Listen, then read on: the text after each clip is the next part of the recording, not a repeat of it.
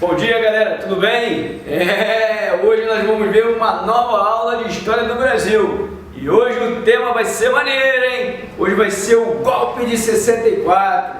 O golpe que colocou o Brasil numa ditadura militar de mais de 20 anos. É isso, 64 a 85 o Brasil viveu uma ditadura militar. Muito bem, o que seria uma revolução, por exemplo? Uma revolução é uma transformação na ordem social, política e econômica de determinada nação. O Brasil nunca teve uma revolução. O Brasil já teve golpe. O golpe de 30, o golpe de 64 e mais recentemente o golpe de 2016. Mas muito bem, vamos dar uma olhada no cenário do Brasil nos anos Nos anos 50, quando nós vamos falar no senhor João Belchior Marques Goulart, que não era comunista nem aqui nem na China, já que o senhor João Marques Belchior Goulart, ele tinha o quê? Até fazendas no Rio Grande do Sul, com mais de 30 mil cabeças de gado. Mas o senhor João Goulart tinha algumas ideias que iriam beneficiar o povo, e como nós sabemos, né, isso não é muito legal para a burguesia brasileira. Voltemos um pouco no tempo. Goulart foi ministro do Trabalho do senhor Getúlio Dornelles Vargas, isso, no último Vargas, ou seja, entre 1950 e 54, nós tivemos o último Vargas. E o Goulart, ele, em 1954, ele deu 100% de aumento no salário mínimo. 100% de aumento no salário mínimo não é mole não, hein? Já pensou um empresário que tem 400 operários, ele dá 100% de aumento desses 400 operários? E aí vai ficar complicado. O Goulart vai ser observado pela mídia interna e pela mídia externa, e pela burguesia interna e pela burguesia externa.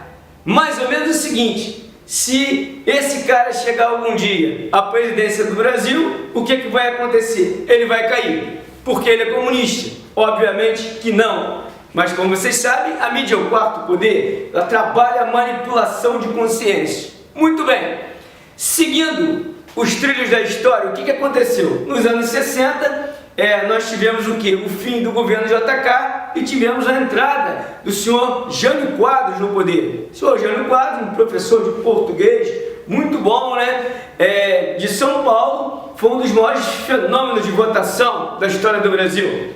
E ele tinha como seu vice o senhor João Belchior Marques Goulart. Ele era vice do Jânio Quadros. Então o Jânio Quadros, o homem da vassoura, o homem do terno preto, né?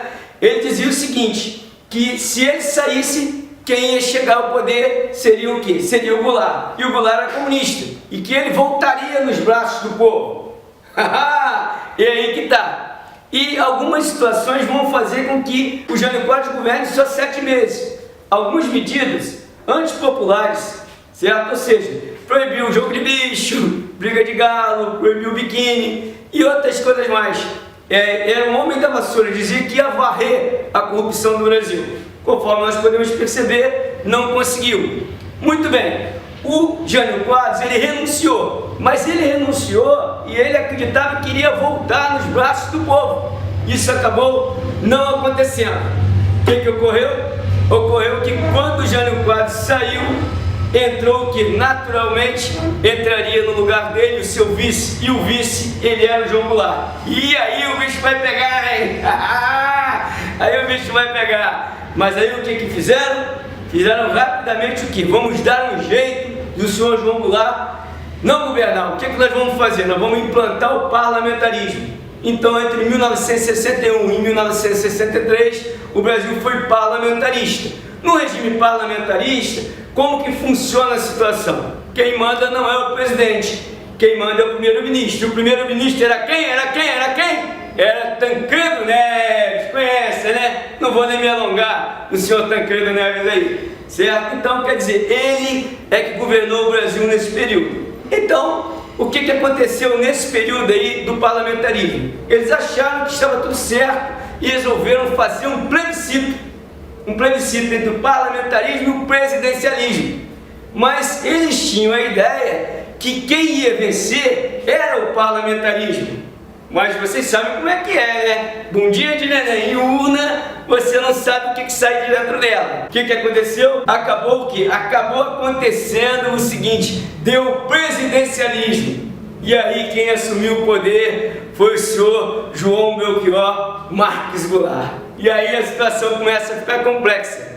O João Goulart, meus amigos e amigas, ele tinha algumas reformas tímidas, inclusive a reforma agrária tão decantada do João Goulart era uma reforma agrária tímida, era uma reforma para fazer uma melhor redistribuição de terra no Brasil.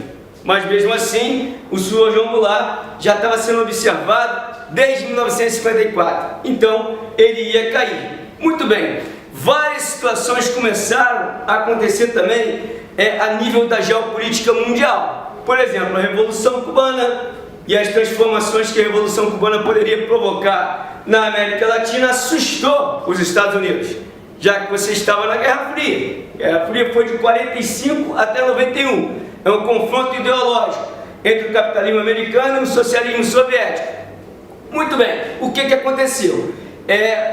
Os Estados Unidos, tendo essa área da América Latina como uma área extremamente importante em termos geoestratégicos, ele trabalhou como se trabalhava na Guerra Fria, todo mundo sabe disso. Estima-se que havia no Brasil, nesse período aí de 64, que o Goulart governou entre 63 e 64, mais de 4.000 agentes da CIA, que é a Central de Inteligência Americana, fazendo alguns movimentos contrários ao Goulart. Muito bem, a situação começou a ficar complexa quando? Foi no dia 13 de março de 64, no comício da Central do Brasil.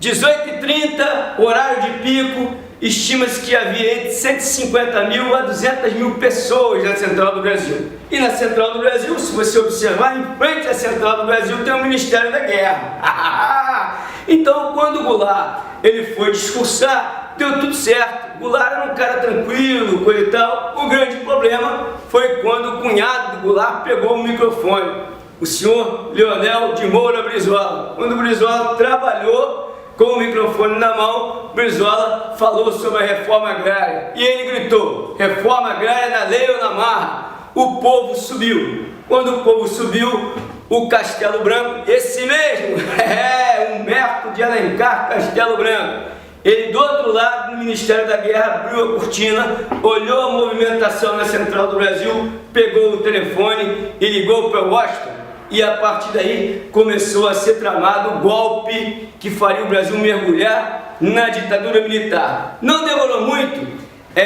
houve uma reação, a chamada Marcha da Família com Deus pela Liberdade. Essa foi em 19 de março de 64, liderado principalmente pelo Brasil inteiro, mas ela foi muito forte no estado aqui, no estado de São Paulo. O objetivo era derrubar o presidente Goulart. E realmente isso aconteceu. O presidente Goulart ele não resistiu, não queria o derramamento de sangue. E tem um outro detalhe importante, que vocês devem ficar ligados. Além dessa presença da CIA aqui dentro, havia a chamada Operação Proteção, tipo plano B. Ou seja, se o presidente Goulart ele tentar resistência, ele resistir ao golpe, o que nós vamos fazer? A Marinha Americana estava bem próxima à Baía de Guanabara e nós seríamos invadidos e aí teríamos uma ditadura com invasão. Beleza, pessoal? Espero que vocês tenham entendido aí. Deixe um like no meu canal. Mais tarde ainda mandaremos algumas aulas